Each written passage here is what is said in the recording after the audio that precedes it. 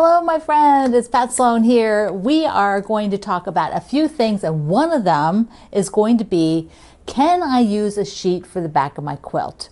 We're going to do that second. We're going to do the other things first, but that is a question that comes up often, and I'll tell you why I'm talking about it today in a minute. So first, on our calendar, you saw it was Super Mario Day. I don't know if you are fascinated by Super Mario, who is an action figure, gaming figure. I just think he's adorable. And the games are fun. I sent my brother a little handheld thing that had like, I don't know, 1,000 games on it. And one was a Super Mario game. So he thought that was really cool. But anyways, why is it Super Mario Day? Because it is March 10th. M-A-R-1-O spells Mario. Now, who thought of that? You know, like there's days for everything, and somebody has to think these things up, and somebody thought it would be great to be Super Mario Day.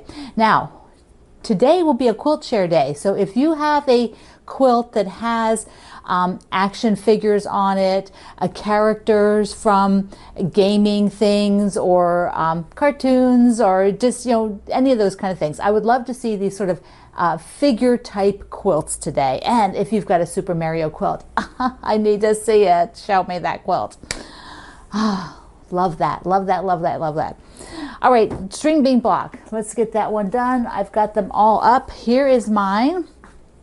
So I experimented with doing 2 blue rather than all 4 of them different. I think I like that. Now, one of the things I want to tell you is that when I work with, let me lift this up. When I work with quilts like this, with blocks, where I'm really doing very exuberant color, lots and lots of color, there's a point early on where the pattern hasn't developed yet because I haven't made enough blocks. And when that happens, I'm sort of like, oh, do I like it? I don't like it. What's it doing? But then at one point it's like, click. The coloration that I'm thinking about, the way that they'll play with each other gels together because I have enough blocks. Also, as you start sewing the blocks together, you pull up that seam allowance in, and I think that also helps blocks really look good together. You're probably seeing that with your Sweet Dreams in the 9 block in the center. Once you sew the 9 blocks together, they really tighten up and look amazing. And sometimes when they're there loose, you're not quite seeing it. So this finally is clicking for me. Like, it's like, okay, yeah, it's working. It's very bright, it's very colorful. It doesn't have a sort of repeat, a really obvious repeat pattern of color, which is what I wanted. I wanted it to be just very playful. So that was exciting to have it sort of click in for me. All right, I am working on the shamrock because I really want the shamrock done. I want to be able to use it on St. Patrick's Day to put at the end of my hall where I go up the stairs, or at the bottom of the staircase, basically. So I have a little clip here where I describe what I was going to do. So I decided in order to actually enjoy this on St. Patrick's Day, I have to get moving, and I better do something more simple than what I was planning. So the first thing I did is the panel comes with the print like this, and then the other side is this really pretty shamrocks. Now, a lot of people have said to me, like, how wide is that? So here you can see I've got it to the edge, right at the edge, and the shamrocks have this much more. So if you just wanted to make this pot of gold and use this for the backing and some binding, I think you can squeeze it in there if you do nothing else. But what I'm going to do is, originally I was going to put the squares all around it, and I just decided that in order to use it, I just need to get something fun done. So I'm going to take my Morrison Park green, I'm going to do a 2.5-inch strip, then take and do that all the way around, and I'm going to cut this off. So it's a rectangle still, but not so long. I don't know all that green space because there's no reason for it. At least to me anyways. Then I will take a 2.5-inch strip of this, and then another 2.5-inch strip of the darker green. So I will have these 3 frames all around. Whatever is left from this, I will just go ahead and use for the backing or the binding. No, I'm going to use it for the binding first, and then whatever is left, if there's like just a medium little chunk, I'll just put it into my stash. Otherwise, I'll use whatever's left for backing and add some more green to it. Or I might just go get my green wide back and put on there. So we'll see. But the first thing I do is got to cut the strips. This will be pretty quick, and then I think I might actually do, I don't know how I'll quilt it. I don't have time to send it to the spa for it to be used on St. Patrick's Day. It's just like running late on this one, but I really want to do it because it's so darling, and I want to switch all my quilts out again into some springy green coloration so that I have that. Okay, wish me luck. And this is how it turned out, right? I think it's great. You know, it's a really fun, easy way to do these panels. There's seasonal panels. I don't know how many there are, but there's at least 12. They're like a monthly panel, and it has something to do for every month. There might be actually more than 12. There might be like 14. But this is Shake Your Shamrock. It just cracks me up. But I love the watercolory shamrocks. So I am going to use my wide back for this, and then I have to decide. I don't really have time to send it to the spa, so I think I might just do some free motion quilting in the middle and then straight line here. So I want to get that basted up like ASAP, like as soon as possible, so that I can have it in the evening and just, you know, mess around with it and get it finished up. I did cut shamrocks for the binding, so I will have those beautiful watercolor shamrocks for the binding. Now, also on our calendar today is UFO status, and for me, March is a very slim UFO month, but mostly I'll be doing bindings once I start them. But first I have to finish, and I have finished, the purple crumb quilt, so I want to hang that up. There we are, the purple crumb quilt with the wider purple border. So the wider border definitely was needed. In the scheme of things, I probably could have gone ahead and done maybe a different color inner border here and then done maybe a 2-inch purple, but you know, I'm not taking all that off and doing it again. This is great.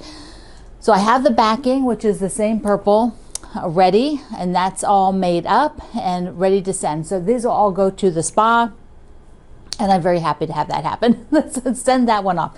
So that will be one of my UFOs.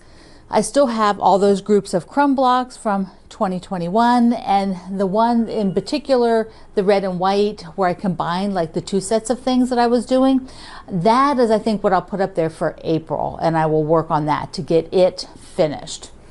So next for my UFOs will be doing some bindings. So if you have today, if you would share what UFO you're working on, what might be coming next on your UFO, just sort of an accountability status for the month of where you are, to see how you're doing, because we're 10 days into the month and the months go fast, especially when you have something you're trying to accomplish and you haven't started it yet.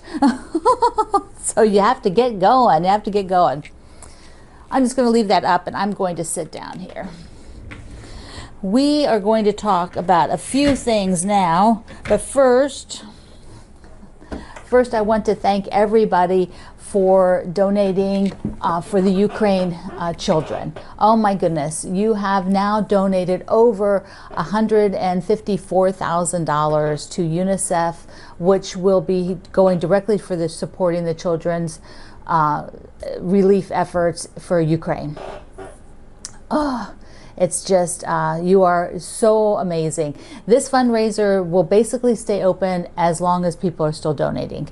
There isn't any reason to close it as long as there's a need, and more people keep finding out about what we're doing and making the star blocks. Some people are making them to honor one lady's husband's, his company he works for is a Ukraine company, so he's made them for the office. People are making them as fundraisers, so they're doing additional fundraising with my pattern. I have lots of people who are still sharing it, so tons of people do not know that this opportunity to Support Ukraine is available if it speaks to them. So keep sharing your star, keep sharing the links, as I will do. Eventually here I will start to make the full quilt out of my blue and yellow fabrics, and I'll be working on that. Probably not for a couple weeks because I have another project kind of behind the scenes that I have to make. And so once that's done, then I'll start making the full quilter stand for Ukraine block. Okay, let's talk about sheets on the back of your quilt. Okay, I have to lean back and cross my arms. All right, the funny thing was, one of our friends posted in the community that kind of like demanding that I settle it once and for all, like I'm the Supreme Court of quilting. Like, like you send it to the Supreme Court of quilting, send it to Pat and she'll give you the answer. Well, if you followed me for any length of time, you will know that I don't just give yes and no answers. I don't just say something is right or wrong. That is not the way I am. I really feel that there are many options for almost everything, so that you can get to the same end goal many, many ways. And maybe that has to do with just the way I'm hardwired and the way I think, but also since I wrote software programs for many, many years, there was never one path to get the answer. You could come at it 20 different ways and end up with the same answer. And that's just the way life is generally. I mean, there are very few black and white issues. It's not yes or no, it's not this or that. So can you use the sheet for the back of your quilt? I'm going to get to the answer in the educational way. I'm going to tell you a story. So first of all, I'm going to tell you that my very first quilt I made, I wasn't actually making a quilt. I was making a bedspread. You know, we had a new place, I had to make a bedspread. I really didn't know much about quilts. Greg's grandmother had made quilts. They were very utility quilts. They were tied with yarn, and I had seen these. And so when we had our place, and I sewed, I made clothing. I didn't really know anything about quilts, but I know his grandma made these things called quilts.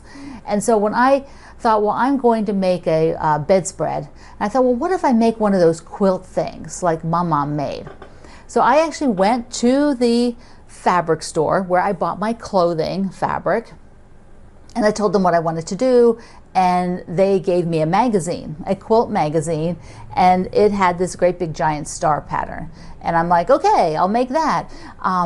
And when I got the top done, which was just one giant star for the middle of the middle of the bed, it said that you needed batting and backing, but they didn't like a lot of patterns because it's not made for rank beginners, like don't know anything. They didn't tell me, I didn't know what batting was, and I didn't know what they meant by a backing. Like I didn't really know. I mean, I knew linings for clothing. So I thought, okay, well, what can I put on the back of this that's big enough? Well, of course, a sheet. I could put a sheet on the back. That would be perfect because it's big enough. I don't think I even went to look for regular, quilting cotton, which there wasn't much of anyways. So here's a picture. I put the sheet on the back and I saw absolutely no reason to take the piping off. So, and then you can, yes, I left the piping on the back. You can also see the dog chewed the corner of the quilt. So it is just a lovely vision. It is a retired quilt in a bag somewhere in the depths of my my storage unit for quilts. It's like on the bottom of the bottom of the bottom in the back because I don't need to get it out. But I used a sheet on the back, and we loved and used that quilt for many, many, many, many years. It had absolutely no problems. That quilt was tied. So I tied it with yarn. I did tie it about every, 5 feet because I thought that might be enough. So my batting is all like mushed up, and the dog chewed some of the batting out through that hole, and it's a mess. But I'm keeping it. So there is a idea that I used a sheet. It worked out fine. The world didn't end. The quilt didn't fall apart due to the sheet. It fell apart in the corners due to the dog chewing it. I love my dog, by the way. He was amazing.